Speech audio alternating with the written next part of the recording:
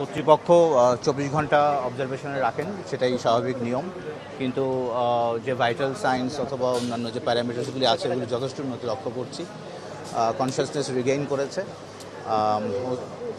হাসপাতাল কর্তৃপক্ষ যথেষ্ট আন্তরিক এবং যথেষ্ট চেষ্টা করছে ওর আরও আরও বেটারমেন্টের জন্য।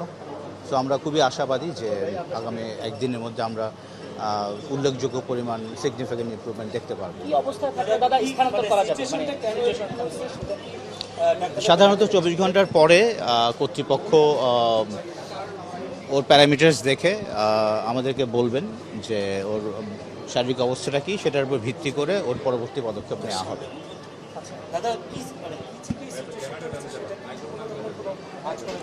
এটা একটা হার্ট অ্যাটাক বলেই আমরা সাধারণ মানুষের আমরা বলে থাকি হার্ট অ্যাটাক, অর্থাৎ ওর একটা করোনারি আর্টারি ব্লক ছিল এবং সময় মতো সেটা ডায়াগনোসিস হওয়াতে সেই সমস্যাটাকে ওরা এখানে ক্যাথ ল্যাবে দূর করে এবং তারপরে ওকে সিসিইউতে রাখা হয় এবং সিসিইউতে ওর অবস্থার ধীরে ধীরে উন্নতি হতে থাকে।